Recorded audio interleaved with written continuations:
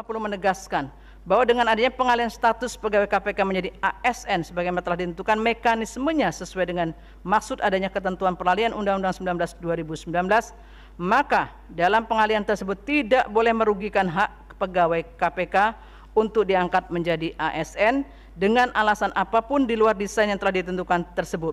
Sebab para pegawai KPK selama ini telah mengabdi di KPK dan dedikasinya dalam pemberantasan tindak pidana korupsi tidak diragukan. Hasil tes wawasan kebangsaan terhadap pegawai KPK hendaknya menjadi masukan untuk langkah-langkah perbaikan KPK, baik terhadap individu-individu maupun institusi KPK, dan tidak serta-merta dijadikan dasar untuk memberhentikan 75 pegawai KPK yang dinyatakan tidak lolos tes. Kalau dianggap ada kekurangan, saya berpendapat masih ada peluang untuk memperbaiki. 1.271 pegawai KPK resmi dilantik menjadi aparatur sipil negara atau ASN pada 1 Juni 2021 kemarin. 24 dari 75 pegawai KPK akan dibina. Tapi masalah belum usai. 75 pegawai KPK mengadu ke sejumlah lembaga dan ratusan pegawai KPK yang telah menjadi ASN mengirimkan surat kepada Presiden Jokowi untuk memberi solusi. Ada apa dengan KPK? Malam ini di forum ini hadir perwakilan dari 75 pegawai KPK, Giri Suprabdiono dan pakar hukum dari Sekolah Tinggi Hukum Indonesia Jentera, Bivitri Susanti. Saya undang dua narasumber yang hadir di studio, Mbak Bibip, Pak Giri, selamat datang, selamat bergabung di Forum Christian. Selamat malam, Mbak Christian. Terima kasih sudah berkenan hadir. Tidak hanya kita bertiga, saya juga akan menyapa dua narasumber lain yang bergabung melalui sambungan Zoom. Ada anggota Komisi 3 DPR RI yang sekaligus menjadi Wakil Ketua MPR RI, Arsul Sani, dan juga pakar hukum dari Universitas Pajajaran, Profesor Romli Atmasasmita. Saya sapa dua narasumber yang bergabung melalui sambungan Zoom. Selamat malam, Prof. Romli, Pak Arsul. Selamat malam. Selamat malam. Assalamualaikum, ya Christian. Waalaikumsalam, terima kasih. Sebelum kita mulai berbincang di forum ini, kami tayangkan, kita ikuti semalam Ketua KPK menggelar konferensi pers, menjelaskan bagaimana proses pelantikan dan hal-hal apa saja yang akan dilakukan ke depan. Kita ikuti berikut ini. 1.271 pegawai KPK resmi menjadi aparatur sipil negara. Tapi saya ingin sampaikan, status aparatur sipil negara tidak pernah mengurangi semangat KPK melakukan pemberantasan korupsi. Pemberantasan korupsi kita terus majukan, terus kita laksanakan sampai kita mati. Hari ini kita selesaikan 1.271. Bagaimana yang 75 tentu menjadi PR kami bersama. Tadi ada yang bertanyakan tentang bagaimana dengan yang 24. Diklatnya bagaimana? Kami sudah bekerja dan hasil sesuai dengan hasil rapat tanggal 25 Mei 2021 di BKN, kita bahas bagaimana solusi terbaik bagi mereka. Yang 24 diberikan kesempatan mengikuti pendidikan latihan bela negara dan wawasan kebangsaan. Dan itu kita perlu kerjasama dengan pihak lain, karena memang kita tidak bisa lakukan kerja sendiri. Seperti yang saya katakan, tidak ada kita bisa menyelesaikan persoalan dengan sendiri. Sejak kita lahir pun pasti dibantu orang lain. Sama dengan KPK sekarang. Saya agak heran kalau ada kalimat bahwa ada upaya menyingkirkan. Saya ingin katakan, tidak ada upaya untuk menyingkirkan siapapun. Kenapa saya pastikan itu? Karena tes yang dilakukan, wawasan kebangsaan, diikuti oleh 1.351 pegawai. Dengan ukuran yang sama, instrumen yang sama, alat ukurnya sama, waktu mengerjakan sama, pertanyaannya sama, modulnya sama. Hasilnya memenuhi syarat 1.271. Yang tidak memenuhi syarat 75. Tidak ada upaya untuk menyingkirkan siapapun. Kami pimpinan tidak ada satupun niat untuk menyingkirkan seseorang. Tapi hasil tes wawasan kebangsaan itu adalah hasil sendiri. Ketua KPK Firly Bahuri menyebut 75 pegawai KPK memang menjadi pekerjaan rumah, tapi yang disebut lebih lanjut adalah 24 pegawai KPK yang bakal dibina. 51 diantaranya tidak dibahas, Pak Giri. Pak Giri sudah dikonfirmasi, Pak Giri masuk 51 atau 24? Belum dapat, Mbak. Jadi ini masih gelap. Sama dengan 75 nama itu juga tidak pernah diumumkan. Jadi kami mengumpulkan SK dari teman-teman yang dinyatakan tidak memenuhi syarat, ketemu 75 nama dan tidak pernah diumumkan. Dan yang 51 dan 24 sampai sekarang saya hadir di studio malam ini, tidak ada pemberitahuan SK menyangkut 51 atau 24 ini. Tapi bagi kami 51 atau 24 sama saja. Karena dari yang 75 itu kita lakukan jajak pendapat dan lebih dari 45 orang menyatakan tidak bersedia masuk 24 untuk dibina. Karena itu mengkonfirmasi bahwa kita tidak lulus beneran. Padahal yang terjadi ini bukan lulus tidak lulus, tetapi adalah upaya-upaya yang kita duga untuk penyingkiran orang-orang yang selama ini memegang istilahnya keteguhan dalam integritas. Ada yang melalui kasus, saya mendidik anti korupsi, membangun sistem. Dan Anda 16 tahun ada di KPK ya? 16 tahun sejak 2005 ya. Dan saya 19 tahun menjadi direktur, ya saya yakin Pak Asrul dan Pak Romli tahu juga sepak terjang saya. Jadi menurut saya kami ini pola-pola tertutup semacam ini membuat kita curiga. Jadi mungkin lebih bagus itu dibuka hasilnya, kami siap itu.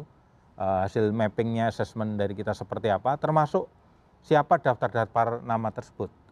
Karena dalam diskusi-diskusi internal untuk membahas nasib kami tidak pernah dijelaskan siapa 75, siapa 51, siapa 24.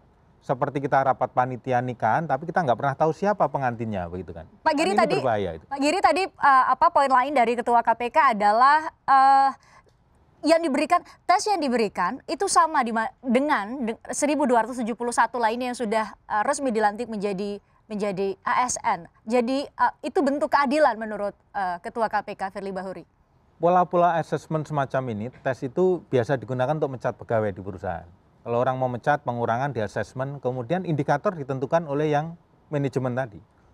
Pimpinan bisa aja memutuskan indikator mana untuk bisa ditentukan seseorang lulus atau tidak, begitu kan. Tapi pimpinan lupa membaca hasil Mahkamah Konstitusi, tidak ada proses yang merugikan, sudah mengabdi lama di sana, dengan alasan apapun tidak boleh itu merugikan. Pemecatan merugikan. Nama baik kami tercoreng, labeling itu menurut saya yang kita bangun selama ini rusak gara-gara labeling itu tadi, rugi. Yang kedua adalah masalah pekerjaan kita.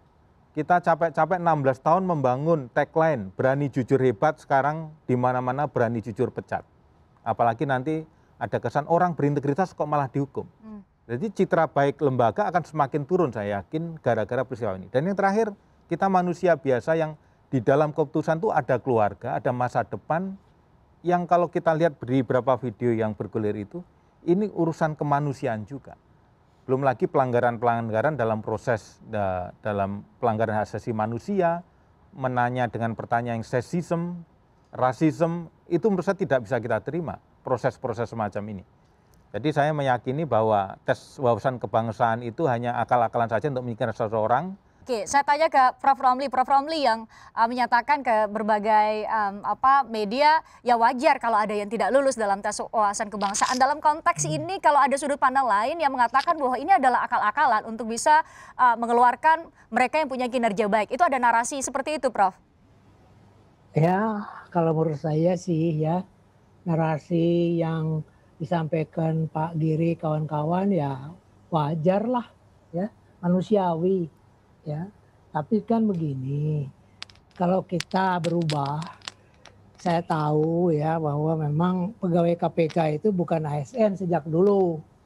Ada peraturan komisinya seperti itu ya. Tapi kan ketika dirubah undang-undang jadi 2019, ini Pak Asrul juga nih, ya, itu kan disebut bahwa pegawai KPK ASN. Nah, sebagai orang hukum ya, saya melihat bahwa ya itulah konsekuensi dari perubahan. Memang ditolak, kita tahu ditolak lah.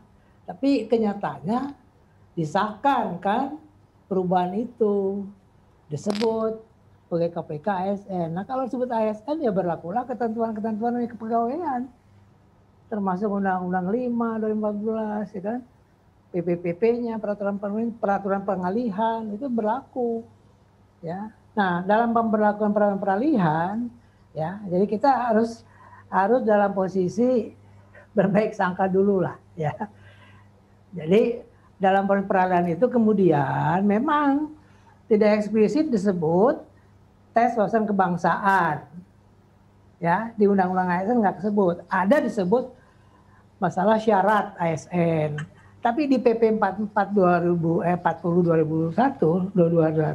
disebut huruf pasal berapa, lupa lagi huruf terakhir F apa, bahwa kepada pimpinan KPK diperbolehkan untuk menambah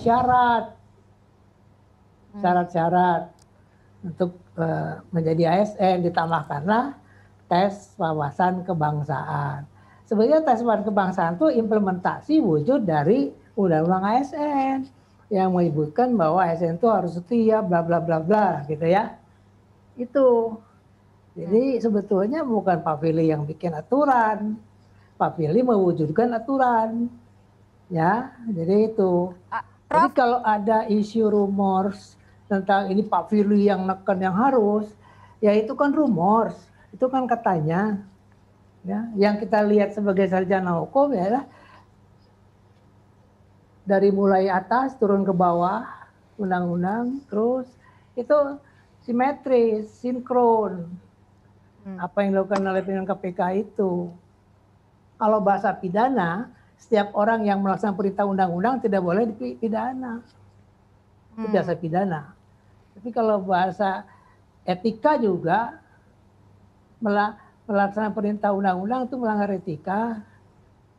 Ya, jadi Prof, kita dari luar ya, saudara Giri, kita melihat bersih-bersih aja objektif. Prof, kalau itu satu sudut pandang, itu kalau memang diberikan amanat, kalau kita ikuti logika itu, diberikan amanat oleh undang-undang untuk membuat ada tes untuk alih status menjadi ASN. Tapi kalau kemudian ada sudut pandang lain bahwa tes-tes tersebut, setidaknya dalam bentuk pertanyaan yang diberikan, itu tidak masuk akal, Prof. Dinilai aneh dalam tanda petik. Ya, saya jawab ya. Ya. Saya ini kena cancer. Saya ini pernah kena cancer. Belum lama lah, baru pulih. Apa tes yang diberikan pada saya? Tolong Pak Romli bikin jam, gambar ke jam 9 itu coba lihat, gambarkan. Bayangan pertanyaan yang konyol menurut saya, kok saya disuruh bikin jam? Ternyata yang ditanya itu kesehatan jiwa saya, akal saya. Setelah dikenai kemo, apakah ada perubahan enggak? Jadi itu aneh, tapi itu memanglah psikotes itu seperti itu. Hamdi Muluk mengatakan kemarin saya dengar ya, bahwa tes itu terukur bisa dipertanggungjawabkan secara ilmiah. Nah itu satu. Yang kedua yang lebih mendasar, saya berpikir ya, kalau wawasan kebangsaan diujikan, masalahnya apa? Masalahnya apa? Nah, masalahnya ya, sebagai apa, warga Prof, negara izin? Indonesia, ya, sebagai warga negara Indonesia, malah kita harus bangga. Kita diakui sebagai warga Indonesia sehingga mau dites wawasan kebangsaan. Oke. Baik, Prof. Nah, ini sesuatu hal yang menurut saya itu harus bagian dari milik kita, wawasan kebangsaan itu. Persoalan khususnya saya nggak perlu diuji, ya silakan. Tapi saudara nggak ikut jadi ASN kan itu masalahnya. Jadi pilihannya hanya ikut ikut ASN apa enggak. Hanya saya ingatkan juga teman-teman di sana yang memang tidak lulus ya, kita tuh pertama harus bersyukur nikmat lah. 15 tahun, 17 tahun saya ikuti terus kalian di sana, alhamdulillah ya kan. Saudara sudah berjuang ya, menghajar korupsi dan sudah banyak orang-orang yang juga masuk penjara, luar biasa. Itu sudah luar biasa ya. Yang ketiga juga apresiasi masyarakat ke KPK gara-gara saudara di sana luar biasa. Itu sesuatu yang harus kita syukuri. Sudah saatnya kalian menanamkan sistem di dalam, kemudian kalian alihkan kepada generasi-generasi yang baru. Itu dong ya. Karena seperti saya lah ya, sudah ini pensiun juga umur 60 pensiun lepaskan ke saya yang baru. Baik, Prof. Gitu. Baik. Jadi, jangan hanya ingin apalagi seumur hidup pikirannya yang nggak ada lah. Ya. Nanti soal apakah benar tidak mau tergeser dalam tanda petik tadi Prof sampaikan. Saya akan tanyakan karena ini banyak sekali tafsir terhadap Undang-Undang Nomor 19 tahun 2019 tentang Undang-Undang KPK yang baru. Ada juga soal tafsir Undang-Undang ASN dan berbagai peraturan di bawahnya, termasuk peraturan Komisi Pemberantasan Korupsi. Kami bahas sesaat lagi di Forum Christian.